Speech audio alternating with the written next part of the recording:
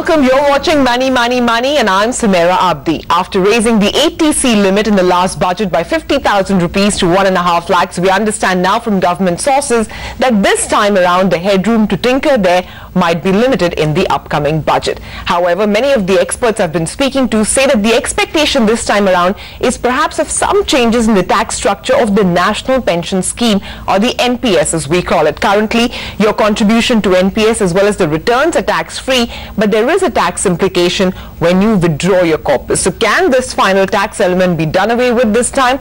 And also, how does NPS itself stack up when compared with the other retirement option? To answer all these questions, joining me is Roongta of Apnapaisa.com. Hi Harsh, thanks much for joining in. That's my first question to you. How realistic is it for us to expect that the EET status that the NPS currently has, which is that it's exempt on 2 stages but taxed on the final stage, could become exempt on all stages? Because as it currently stands, if you withdraw, it's going to eat a lot into your corpus tax. So as it stands today, except under one circumstance, NPS doesn't really make sense, and that's primarily because of the tax disadvantage that it suffers from as compared to, say, PPF or as compared to any product. Sure. So really there is a big tax disadvantage to being with NPS, and unless that is corrected, the long-term future of the product would be affected. But could it be corrected this time itself? I think it has been in the works for quite some time now, and I think there is a broad consensus that it should be corrected. I mean, whether it will be corrected in this budget or later, so if you look back at the direct taxes code, a portion had been proposed to be corrected, so I don't see any reason why even this new government, why it won't correct it. I am reasonably sure that it should be done. Okay, so it should be done for sure. Whether it will be done this time around or not, we'll have to wait and see. But that's not the only issue with the NPS. You know, 2 other big issues. One is that you cannot withdraw the lump sum in its entirety. You can only always withdraw a portion of it. Second is that the non-government employees' contribution has been, the fund management charges for that have now been raised to about 0.25%. Would these make the NPS very unattractive? So I think to answer that question, I'll have to give you a little bit of background. I mean, the NPS was designed initially, at least, it was designed for some sort of compulsory contribution. And if you have that in mind, which means essentially it was pegged against the Employee Provident Fund. And when you look at against the Employee Provident Fund, if you take away the tax disadvantage, if you could give it that, then it is quite good, and the compulsory annuitization is not all that bad. It is when you now compare it with moment you take out the tax benefit, or you don't have a compulsory requirement to give an EPF, that's where I think NPS would begin to suffer, despite again having even if it loses the tax disadvantage that it currently suffers from. Okay, so let's look at its closest competitor then, which is the EPF itself. Why wouldn't I want to voluntarily increase my contribution to EPF? I mean, it's more liquid. I can withdraw it at any stage, even before the age of 60, unlike an NPS, which I can only touch in small parts once I cross the age of 60. And you know, if it is the equity exposure at all which worries investors, you can always look for that equity component elsewhere. But Employee Provident Fund is not very liquid. I mean, you can withdraw while you are working, you can withdraw only under certain circumstances. You cannot withdraw at your will. Today, if I suppose do not have a job, I'm in need of funds, I can withdraw from my EPF. If you don't have a job, is purely a retirement fund. That's right. So that has been deliberately built into the design. It was, as I said, it was structured against the EPF, and so even in an NPS you can withdraw early, except that you have to invest that money compulsorily to buy equity. It is not as if you can't withdraw early. If you withdraw early, 80% of that money you have to use to buy an annuity.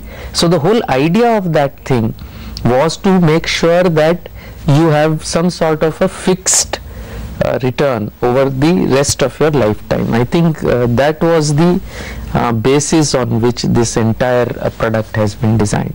So it has been designed with some difference, and I think if you look at that purpose, that is good, except that for most high paying people, for most high taxpayers, the product does not really make sense. Yeah, then what about PPF then, for that matter? One is hearing now that perhaps the interest rates on PPF could be lowered. In that light, is it still a viable option for high taxpayers? I mean, you can now invest 1.5 lakhs in PPF. Does that make it in itself attractive? So I think PPF is an excellent product, because remember, whilst interest rates can go down, it is clearly linked to the government securities rate, and therefore it will move in tandem with the market. It's completely tax free.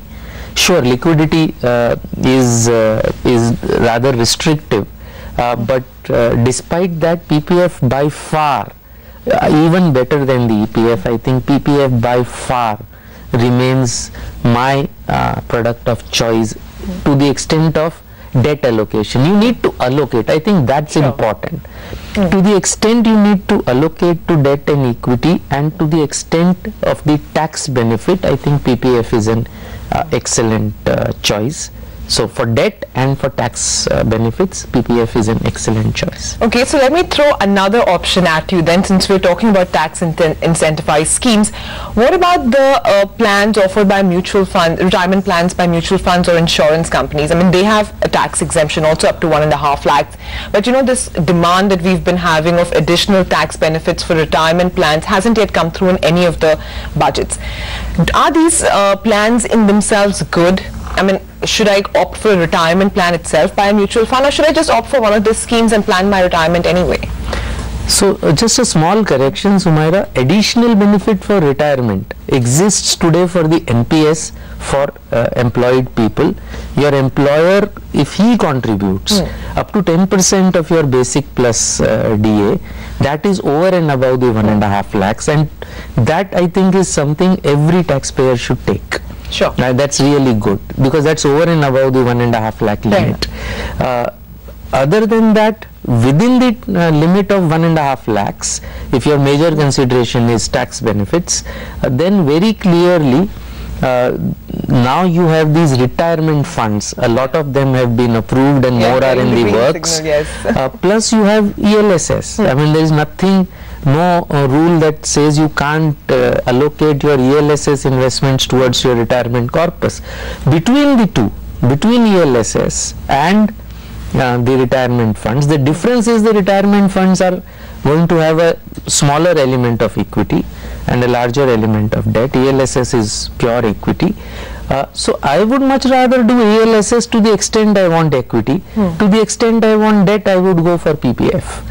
Alright, so those are a lot of the options that you have if you're looking for tax incentivized retirement planning. But when we come back from this quick break, we'll talk about some of the non-tax incentivized planning. Are there any good options there? We'll tell you in just a bit. Stay tuned.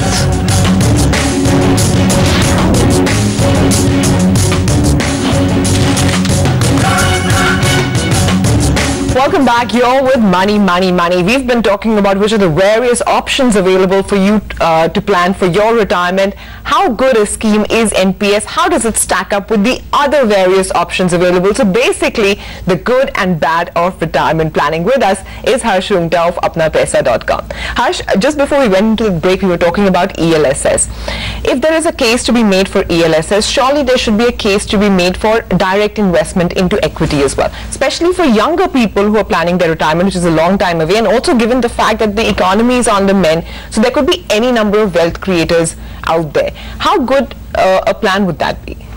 So I think ELSS is an excellent plan to the extent you want tax breaks. In fact, there is a school of thought that says ELSS as an investment vehicle itself is pretty good, even as a standalone, even without the tax benefit, which arises from the fact that whether or not you claim tax benefit, there is a 3-year lock-in in ELSS, and because of that, the fund manager is able to take a slightly longer view. But I think clearly, if you are young, or even if you are not so young, even as you move into your 40s, into your 50s, there will be an allocation to equity. that you will have to do, because if you do any long-term saving, if you want to make sure that it beats inflation, there will have to be an allocation to equity, there will have to be a judicious mix. And I think the bigger decision always in any investment is how much in equity, how much in debt, how much in real estate. Once you do that, then I think, to the extent of tax breaks we have already discussed, but I am sure if the allocation to equity exceeds what you can achieve through the tax break, then clearly I think direct investments in good equity mutual funds is something that one would advise. Yeah, there may not be a tax break, but if you hold for a year, at least there's no tax complication. Absolutely. But what about bank FD? I mean, the traditional vehicle of choice, and if you ask me, I mean, it's as bad as the NPS. So except, you know, if you have a contingency fund, I don't know what other need there would be for a bank FD. So I think there's no good or bad about the bank FD. One, it is debt. So if you look at a 5-year bank FD which has a tax advantage, we must not forget that it is it is taxable. The interest is taxable as well. So clearly I think it suffers from a much bigger disadvantage than the NPS, because the interest is taxable. It's not a bad product, it's a simple, uncomplicated product. So if you are not in the high tax bracket, it's not a bad product at all. You know, what about something like, say, gold? Because if you're planning for your retirement, certainly you're worried about inflation. So that's always a good hedge against inflation, even though lately it's not been acting like one. But given the kind of depressed prices that are there now, is it a good call to perhaps be accumulating gold, or even gold ETFs for that matter, in the hope that in the long term, by the time you retire, you know, prices would have picked up? So two things about what you said. I think gold should be part of any portfolio, definitely. I mean, I would say 5%, if you're very bullish on gold, maybe 10% of your overall portfolio can be gold. The allocation to gold should not never be one time. So this trying to time, right now the market is low, let me invest. But I'm just asking from the point of view that given the way you know, prices are right now, there is no visibility on when the upturn could return. So I would much rather than do a lump sum in gold, just like in equity, rather than do a lump sum, a systematic investment, whether in gold or in equity, I think makes more sense than a lump sum. As far as the vehicle is concerned, I think an ETF or a gold fund that invests in the corresponding gold ETF makes a lot of sense, simply because you don't have the hassles of storing physical gold, etc. So that's systematic, do it over time, certain portion of your investment. I think that's what I would recommend on gold. Okay, and that finally brings us now to the other option available, which is real estate. Now we do understand that if you have only one home and you're living in it, then it doesn't count as an investment unless you plan to sell it. Even if you're selling your investment property, you still have to pay long-term capital gains on it. So is reverse mortgage then a good option? I mean, how can we play with real estate? How does it figure in retirement planning? So as you rightly said, Sumaira, real estate typically we will not consider as an asset because you're going to be staying in it. But when we're talking retirement planning, and even with clients, definitely the house that you stay in, it can be a backup plan if there is a deficit in the amount that you need, because as you said, you can take a reverse mortgage on it, and it can definitely pay for part of your retirement clearly. Because obviously if anybody does planning, he will plan to make sure that he has a debt-free house when he retires. So reverse mortgage can be a great contingency plan on your retirement, but I would be hesitant to plan the entire retirement based on reverse mortgage. Alright, so we've discussed, you know, the how and why, the good and bad of all the retirement planning. Now you finally reached the stage where you retire. Does this money still remain in the instruments which you have chosen through the years to plan for it, or is this the time now to change your investment plan altogether? So very clearly, I think this is a life stage change, and it's a very major life stage change. When you shift from being an investor to being a consumer, literally. You want to now use this investment. And although the stage itself may be a single kind of a day, there would be a D-Day. I don't think you should do the planning for just for the D-Day. You don't change your investment style overnight. So you plan in the years leading up to it, and then obviously it slowly shifts gears. Clearly, when you stopped earning and you're now consuming out of the capital that you have accumulated from whatever sources, the kind of investment you will do will be different. There will obviously be less volatile investments like debt securities, which will predominate the portfolio. But given the fact that now people tend to live till 85, 90, I mean that's pretty widespread. Plus, given the fact that there are contingency requirements that are fairly high on account of medical, etc., clearly the pattern in which you invest will be different. And that's where, when we go back to our original discussions, what you do through an NPS or something else that forces you to only buy an annuity, it can only account for part of your retirement plan. You will still need to have a corpus outside of that, which will account for other expenditure, which will account for contingency. And even at that stage of consuming, because that stage is now so elongated, there will need to be equity component, because inflation is going to be there even during that period. All right, Harsh, that sounds good. On that note, thanks very much for joining in and apprising our viewers of all that they need to be careful of when planning for their retirement. Always a pleasure to speak with you. Let's take a break, but before that, here's our weekly question. Have you done your retirement planning, and what has been your instrument of choice? Write to us at money@network18online.com. Tell us why and stand a chance to be a part of one of our future episodes. Do stay tuned. When we return, we'll tell you our tip of the week.